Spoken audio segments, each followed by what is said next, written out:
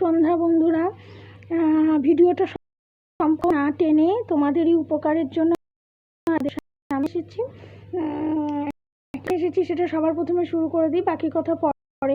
চলো, আমাকে জানতে চেয়েছো আমার নখগুলো ফেটে যায় এবং মাঝখান থেকে ফেটে যায়, মাঝখান থেকে অনেক ফেটে যায় বা জলে ফেটে যায়। তো এই নখগুলোকে তোমরা, শীতকালে নখ আমাদের কম ফাটে কারণ আমাদের স্কিনটা ড্রাই থাকে, যার কারণে নখগুলো থাকে। যতই জল ঘাটো, খুব পরিমাণে জল ঘাটলেও নখটা খুব রেয়ার ফাটে বা রেয়ার কোণ থেকে ভেঙে যায় বা ভেঙে যায় কেন।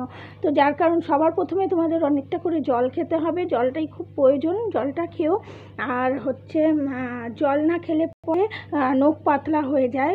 জলের ওপরই সব নির্ভর করে, জলের উপর স্কিনও ভালো থাকে, হেয়ারও ভালো থাকে, জলের উপর নখগুলোও ভালো থাকে। সুতরাং জল তো পরিমাণে খেতে হবে। জলটা খেলে পরে নখগুলো পাতলা হবে না এবং মাঝখান থেকে ফেটে যাবে না এবং তো শীতকালে নখ আমাদের ফাটে না, গরমকালে খুব পরিমাণে ফেটে ভেঙে যায় এবং নরম থাকে, কারণ গরম স্কিনও নরম এবং নখগুলো নরম হয়ে যায়। কারণে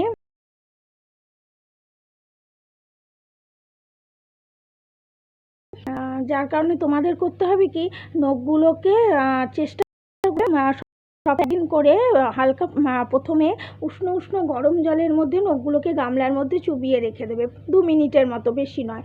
দিয়ে তুলে একটুখানি মুছে নেবে ভালোভাবে, আলতো হাতে নরম কাপড়ে মুছে নিয়ে তারপরে একটা পাতিলেবুর কোয়া নেবে, 4 ভাগের 1 ভাগ নিয়ে নখগুলোর মধ্যে ঘষবে, ঘষে মিনিট 5 ঘষে রেখে দেবে। তো রেখে দেবে, ধুয়ে ফেলবে না রসটা।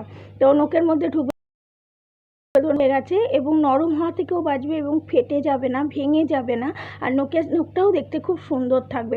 যে কোনো মানুষ পায়ের নখ বা হাতের নখ সুন্দর রাখতে চেষ্টা করে, সেভ করে না, এরকম বড় করে না, ছোটোর মধ্যে রাখতে ভালোবাসে। তো ছোটোর মধ্যে রাখলেও ঠিক সেম পরিষ্কার থাকবে আর দেখতেও সুন্দর লাগবে, তোমার নখটা ফাটবেও না, ভালোও থাকবে। চলো বন্ধুরা, নখ নিয়ে আজকে বলে দিয়েছি। আশা করি তোমাদের নখ সম্বন্ধে অনেক কিছু জানা হয়ে গেল।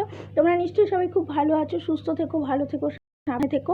আর স্কিনের, হেয়ারের সব কিছুর যত্ন নিও, কিন্তু প্রচুর পরিমাণে জলটা খেও, অন্তত সারাদিনে 8 গ্লাস জলটা খেও।